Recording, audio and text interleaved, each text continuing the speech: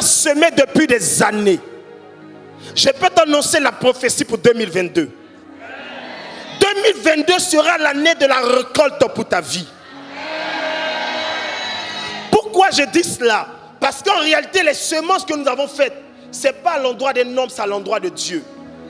Je me souviens que ton argent a servi de faire beaucoup de choses dans l'église. Je me souviens que tu as donné un jour quelque chose, un centime, pour qu'on puisse apporter du bien ou faire du bien dans la maison de Dieu. Dieu me dit de te dire qu'il se souvient de tout ce que tu as pu faire. Et 2022, tu vas récolter. Maintenant, voici les signes qui arriveront en 2022. Tu seras étonné de voir des gens se manifester en bien pour toi. Dieu va disposer pas mal de personnes qui vont commencer de par elles-mêmes, sans qu'on les oblige, à te faire du bien.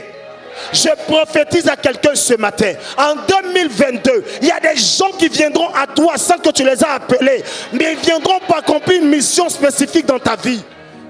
Je vois que Dieu va te connecter à des gens qui vont te bénir.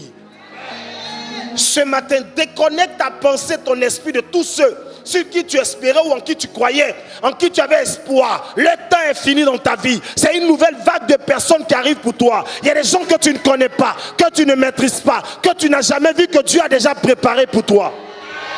Dis à ton voisin, le temps de la préparation est arrivé. Et quand la préparation arrive, Dieu fait ce qu'on appelle la révélation. Dieu va te révéler des personnes, ou il va te révéler toi-même aux yeux de certaines personnes qui seront une bénédiction pour toi. Ce matin, écoute-moi, cher ami, Dieu est sur le point d'accomplir une œuvre parfaite pour toi. Quelqu'un se pose la question, parce que celui-là m'a laissé, comment deviendra mon demain? L'avenir d'un homme n'est jamais rattaché à une personne. L'avenir de tout homme est rattaché à Dieu qui l'a permis d'être sur la terre. Si Dieu ne te permet pas d'être sur la terre, tu ne peux pas devenir. Je dis à quelqu'un, si un t'a laissé, il y a deux qui vont te croiser. Si trois t'ont laissé, il y a 5 qui vont te rencontrer. Si 20 t'ont laissé, il y a 50 qui vont te rencontrer.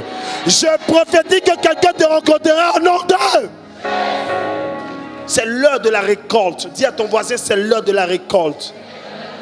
Nous avons semé. Est-ce que tu crois en ta semence? Je suis venu parler à quelqu'un qui croit en sa semence, qui croit que ce qu'il a semé, Dieu l'a agréé. Je suis venu parler à quelqu'un qui croit que peut-être ces 5 000 ou ces 1000 francs qu'il a semés n'ont aucun sens. Écoute-moi, le peu de centimes que tu as semé dans ce ministère, Dieu l'a apprécié. J'ai dit Dieu l'a apprécié. Non, je ne parle pas avec toi. J'ai dit Dieu l'a apprécié.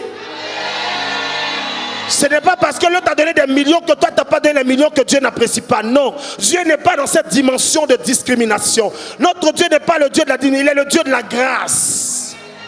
La grâce veut dire Dieu donne à qui il veut, quand il veut, comme il veut, où il veut, selon son bon vouloir. Et personne ne peut arrêter le programme de Dieu. Au nom d'eux.